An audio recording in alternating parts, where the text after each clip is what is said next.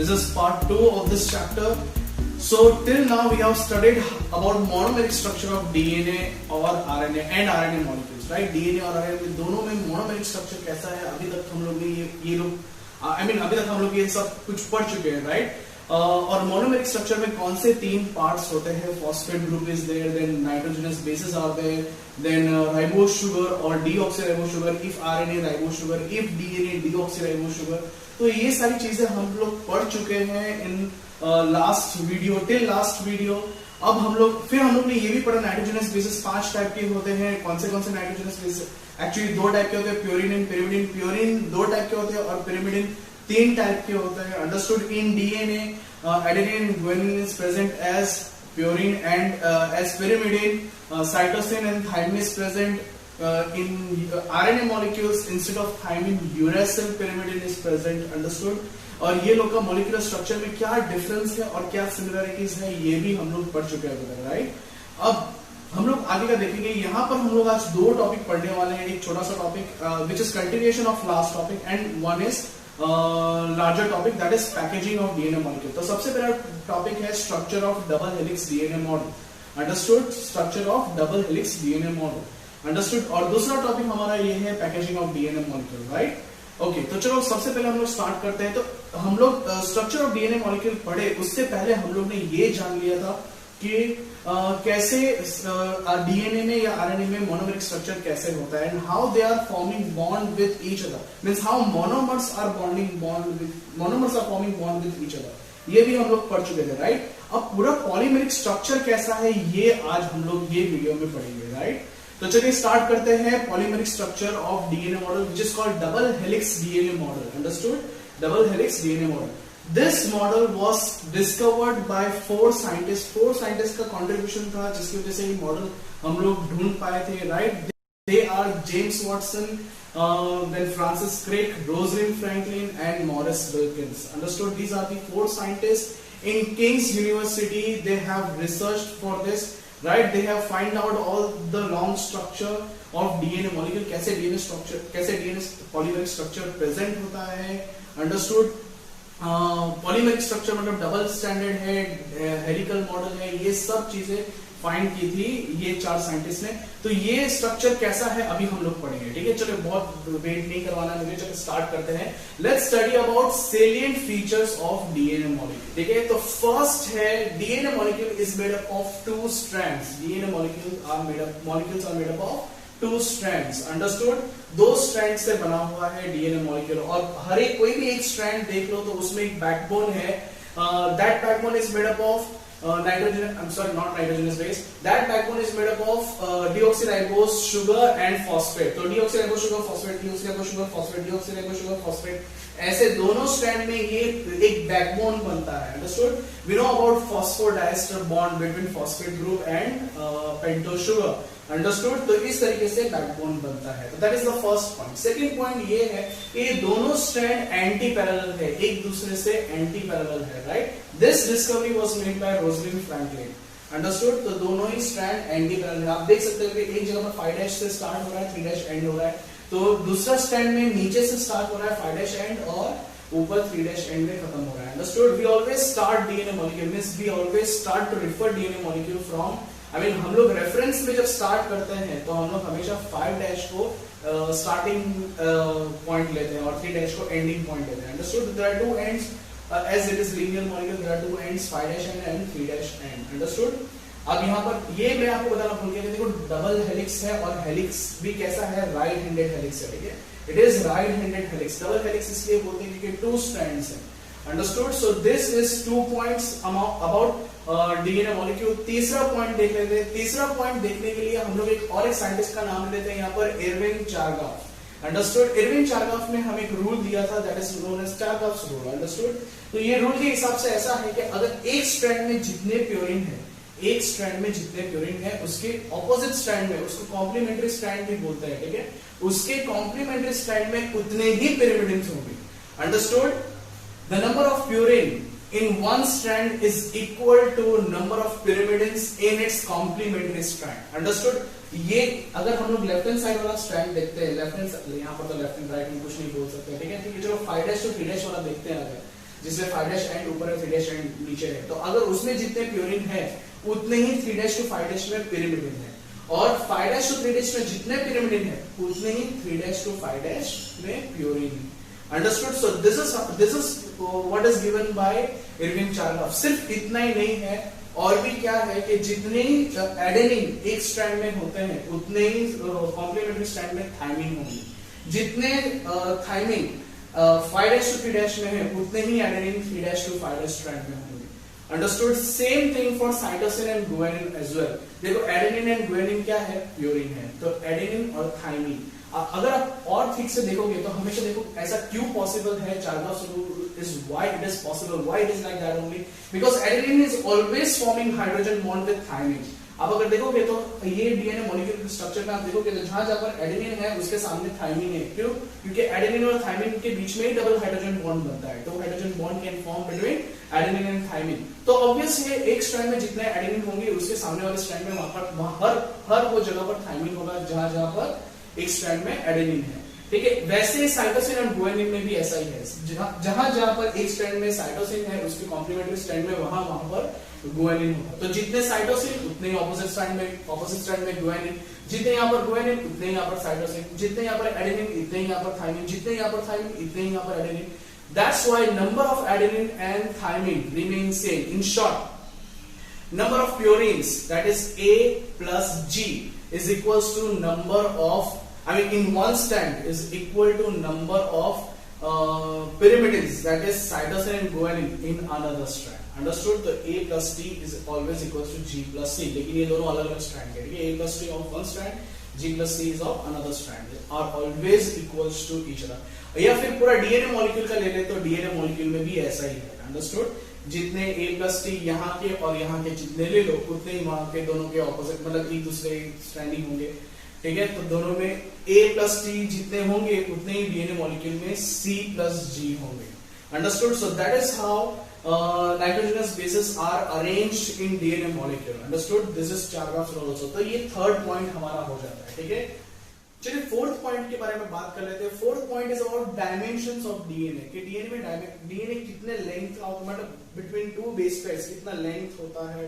ठीक है, between two base pairs, right, between two consecutive base pair. ठीक है, फिर अगर एक पूरा टर्न देखे तो कितना लंबा है एक पूरा टर्न, राइट, मतलब एक जब पूरा टर्न हो जाता है तो वो कितना लंबा होता है, right, and how much it's width is, तो जो एक पूरा टर्न हो जाता है ना उसमें लगभग 10 बेस पेयर्स होते हैं, अप्रोक्सीमेटली 10 बेस पेयर्स आते हैं। अंडरस्टूड? और हर एक टर्न का साइज है, for each turn size is 3.4 nanometre. कितना साइज है? 3.4 नैनोमीटर। हर एक टर्न का साइज है 3.4 नैनोमीटर।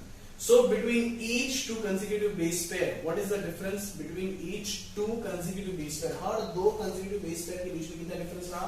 अगर 10 base pair के लिए 3.4 नैनोमीटर, तो एक बेस पेयर है और दूसरा बेस पेयर, मतलब हर दो बेस पेयर के बीच में कितना डिस्टेंस रहा? 0.34 nanometre. Understood? It is 0.34 nanometre. तो हर एक बेस पेयर के लिए 0.34 नैनोमीटर का लेंथ स्पैन है। Understood? For each base pair there is 0.34 nanometer length span. Understood? And for whole turn there is 3.4 nanometer. Understood? Width अगर DNA molecule का देख लेते हैं तो it is 2 nanometer. Width of DNA is 2 nanometer. Understood? So ये हो गया हमारा फोर्थ पॉइंट। और फिफ्थ पॉइंट ये है, अगर आप ठीक से देखो यहाँ पर, तो ठीक से भी देखने की जरूरत नहीं, आप सिर्फ एक झलक भी डालो तो भी आपको पता चल जाएगा कि every base pairs are arranged over each other in stack pile arrangement. ठीक है, stack pile arrangement में हर एक base pairs एक दूसरे के ऊपर arranged है। Understood? So these are the salient features. These are the model which have explained by Watson and Crick. That's why they got Nobel Prize also, right? इसमें Rosalind Franklin और Morris Wilkins का भी contribution बहुत ज्यादा है, even more than Watson and Crick. But Watson and Crick are the scientists who have joined all the information, who have collected all the information from different group of scientists, and they have come out with this theory. That's why they are the first author of this research. Understood? That is double helix model of DNA. Understood? Okay, so this is about structure of DNA, how polymeric DNA is there. Monomeric structure तो हमने पढ़ ही लिया था, आज polymeric भी देख लिया है। ठीक है, तो अब हम लोग मूव करते हैं towards the packaging of DNA molecule. Understood? कितना लंबा होता है डीएनए मॉलिक्यूल हमारे बॉडी में? इफ वी सी, अगर हम लोग कोई भी एक सेल ले लें, एक सेल का एक न्यूक्लियस है, एक सेल में एक ही न्यूक्लियस होता है, इन फ्रॉम दैट न्यूक्लियस अगर टोटल कंटेंट को हम लोग एक लंबा करके रख देते हैं, ठीक है, if that DNA is stretched in a straight line, understood, then how long that DNA would be? It would be 2 metre long. कैसे? हर एक बेस पेयर में हम लोग ने देखा 0.34 नैनोमीटर लेंथ है। हर एक बेस पेयर के लिए लेंथ टाइम कितना है? 0.34 नैनोमीटर। अंडरस्टूड? और कितने बेस पेयर्स होते हैं पूरे डीएनए में? That is 6.6 billion base pairs, right? 6.6 billion base pairs. तो मान लो एक बेस पेयर के लिए 0.34 नैनोमीटर लेंथ, ठीक है। अगर उसको मीटर में भी कन्वर्ट करते हैं तो 0.34 मल्टीप्लाई बाय 10 पावर -9। अंडरस्टूड? और इस अगर ये इतना लेंथ है एक बेस पेयर के लिए, और कितने बेस पेयर है? 6.6 मल्टीप्लाई बाय 10 पावर 9 बिलियन, मतलब 9। अंडरस्टूड? Base pair. सो दोनों को मल्टीप्लाई करते हैं, अगर दोनों को मल्टीप्लाई हम लोग करते हैं तो you will get 2 as answer. Understood? Approximate 2 metre as answer. Understood? तो 2 मीटर लंबा होता है DNA molecule, even longer than me. Understood? मेरे से भी डीएनए मॉलिक्यूल लंबा है। अंडरस्टूड? तो अगर सोच लो इतना लंबा डीएनए मॉलिक्यूल है, हम लोग को डीएनए मॉलिक्यूल को एक्टिव फॉर्म में रखना है, means it should be functionally active and it should be kept inside the nucleus, inside the cell. Understood? जो हमारे बॉडी में ट्रिलियन नंबर्स के होते हैं, cells are in some trillions in number in our body. Understood? उसके अंदर nucleus है और उसके अंदर ये 2 मीटर लंबा न्यूक्लियस को हमें एक्स्ट्रा फंक्शनली एक्टिव फॉर्म में रखना है। तो obviously there must be some kind of condensation, right? There must be some kind of coiling or super coiling or arrangement. Some organization must be there for packing of this DNA molecule. ठीक है, तो ये organisation क्या है? चलिए हम लोग पढ़ लेते हैं। ठीक है, हम लोग तो ये जानते हैं कि डीएनए खुद एक डबल हेलिक्स मॉडल है। Understood? It is right handed helical model, helical structure. Understood? उसके अलावा डीएनए मॉलिक्यूल कैसे उसको और भी कॉइल किया है, सुपर कॉइल किया है, या फिर उसको कंडेंस किया है। तो सबसे पहले देख लेते हैं चलो कि न्यूक्लियोसोम स्ट्रक्चर क्या है, राइट?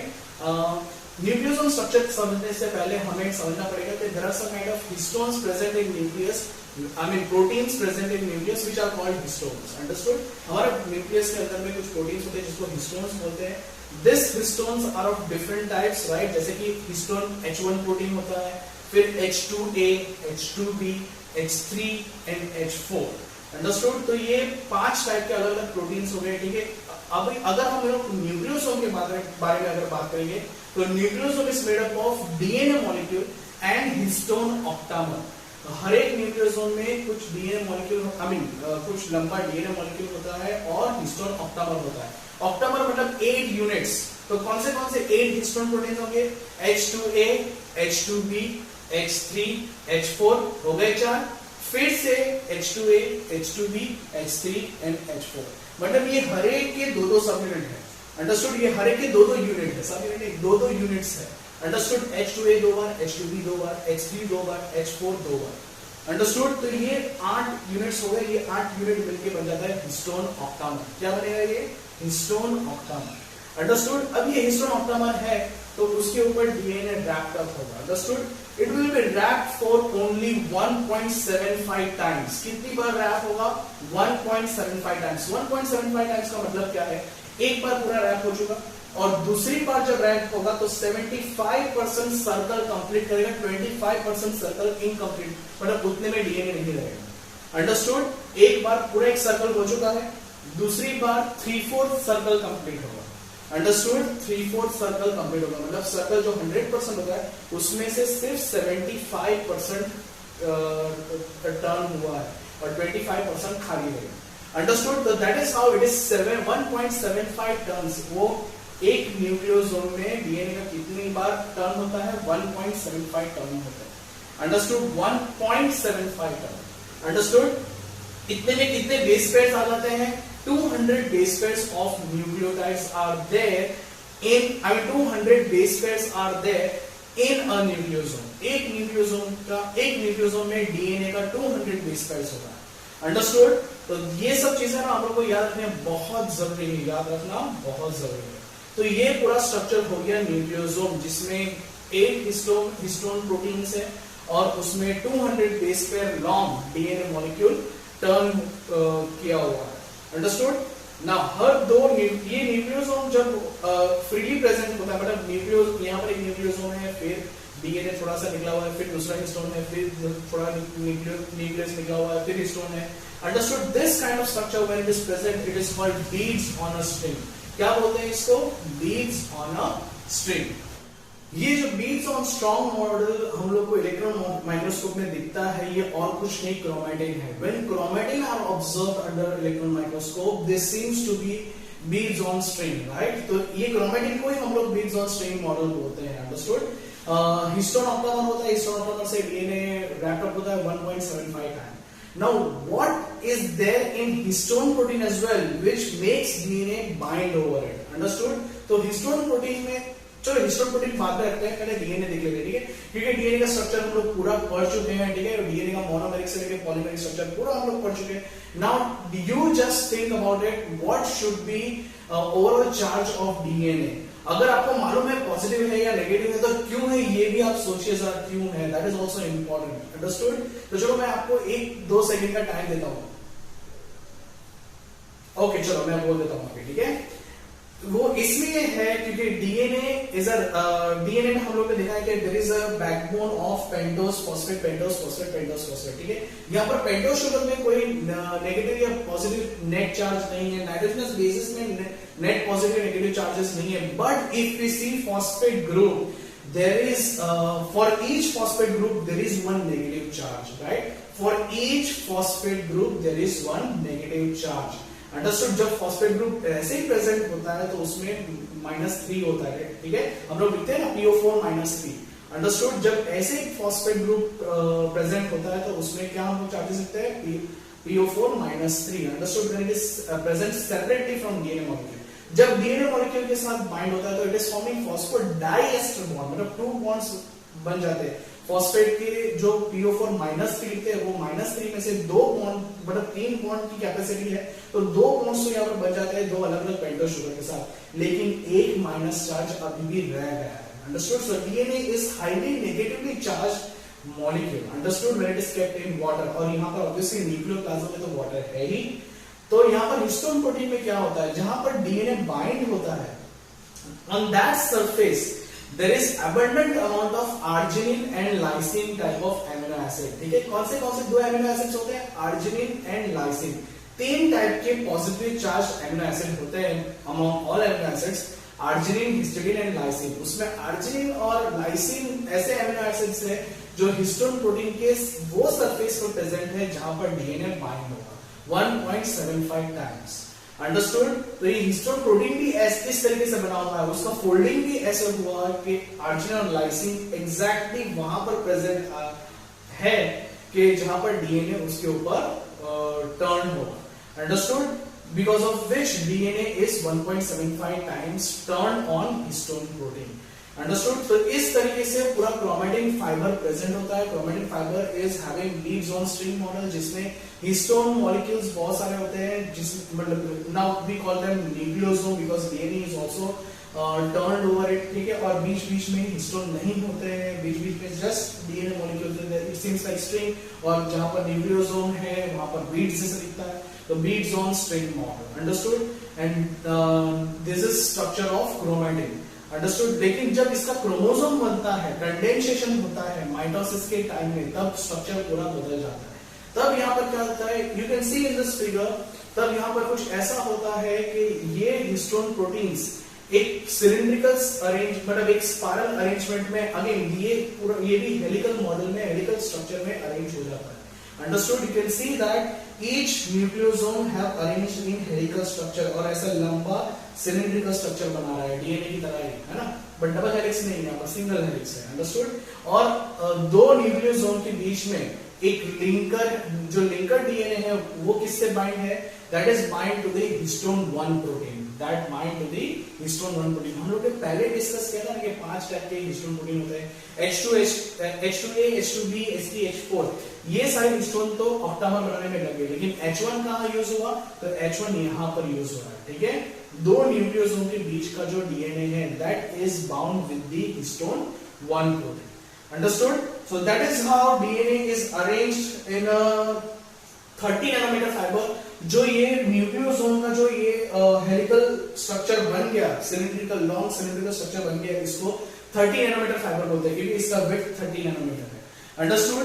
ये 30 नैनोमीटर फाइबर का फिर कॉइलिंग होगा, सुपर कॉइलिंग होगा, कंडेंसेशन होगा और क्रोमोसोम्स बनेगा।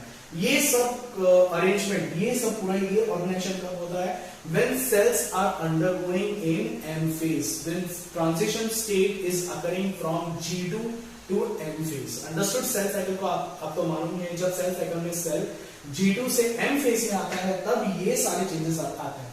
Understood? अदरवाइज ये 30 नैनोमीटर फाइबर वाला बनता ही नहीं, न्यूक्लियोसोम बना हुआ होता है क्रोमेटिन में। Understood? बट ये 30 नैनोमीटर फाइबर और बाकी का सारा आगे का जो कंडेंसेशन प्रोसेस है, आगे का जो पूरा ऑर्गेनाइजेशन है पैकिंग का, that is occurring during the M phase of cell cycle. Understood? So this is about packaging of DNA molecule. चलो क्रोमेटिन के बारे में और थोड़ा सा डिस्कस कर लेते हैं। तो प्रोटीन, तो न्यूक्लियस के अंदर कुछ और प्रोटीन्स होते हैं जो डीएनए का बाइंडिंग करके रखते हैं। They are not histone proteins, that's why they are called non-histone chromosomal proteins. Understood? They are called non-histone chromosomal proteins. Understood? Obviously they are helping packaging of DNA molecules, that's why they are called non-histone chromosomal proteins. Understood? And whenever they are in chromatin form, there are certain areas, there are certain region of DNA molecule where they are present in condensed, where they are present condensedly, and there are some regions where they are present loosely. अब जहां पर वो condensedly present है, wherever it is condensedly present, वहां पर वो darkly stained होता है। Understood? And that region is called heterochromatin. Understood? जहां पर कंडेंसली प्रेजेंट है, डार्कली स्टेन्ड हो रहा है, और ये रीजन को हम लोग क्या बोलेंगे? हेटेरोक्रोमैटिन। अंडरस्टूड? ये वो रीजन है जहां पर डीएनए का ट्रांसक्रिप्शनली लेस एक्टिव है, where DNA is transcriptionally less active. Transcription means formation of RNA from DNA. Understood? तो यहाँ पर डीएनए से आरएनए बनने का प्रोसेस बहुत ही कम होता है। अंडरस्टूड? क्यों? क्योंकि कंडेंसली पैक्ड है और इसीलिए स्टेन भी बहुत ज्यादा होता है। It is highly stained region and it is called heterochromatin. Whereas euchromatin are the area region of chromatin fiber where they are loosely arranged, they are lightly stained and transcriptionally active. अभी obvious है कि अगर DNA molecule loosely arranged है तभी तो transcription ज़्यादा हो पाएगा। If they are present in highly condensed form, then transcription may not be possible here. Understood? तो इस तरीके से पूरा chromatin दो region में distributed होता है, euchromatin region and heterochromatin region. Understood? और न्यूक्लियोलस में ये चीज होता है कि न्यूक्लियोलस डार्कली स्टेन्ड है, बट वो डार्कली स्टेन्ड इसलिए है क्योंकि वो ट्रांसक्रिप्शनली मोस्ट एक्टिव रीजन है। वहां पर आरएनए मॉलिक्यूल भी बहुत अबंडेंट अमाउंट में है, डीएनए तो है, लेकिन RNA molecule is also in abundant amount. Understood? वहां पर वो transcriptionally it is very much active area. Understood? इसलिए न्यूक्लियोलस, डीएनए और आरएनए सबको मिला के यहाँ पर डार्कली स्टेन हो जाता है। अंडरस्टूड? यूक्रोमेटिन और हेटेरोक्रोमेटिन की बात अलग है। यूक्रोमेटिन में डीएनए लूजली प्रेजेंट है, हेटेरोक्रोमेटिन में डीएनए डेंसली प्रेजेंट है। Understood? So this is about packaging of DNA molecule. अभी हम लोग नेक्स्ट वीडियो में हम लोग देखेंगे कि डीएनए या फिर दूसरे और कोई जेनेटिक मटेरियल है और कैसे प्रूव हुआ कि डीएनए, आरएनए और प्रोटीन जेनेटिक मटेरियल है। So for right now, goodbye everybody.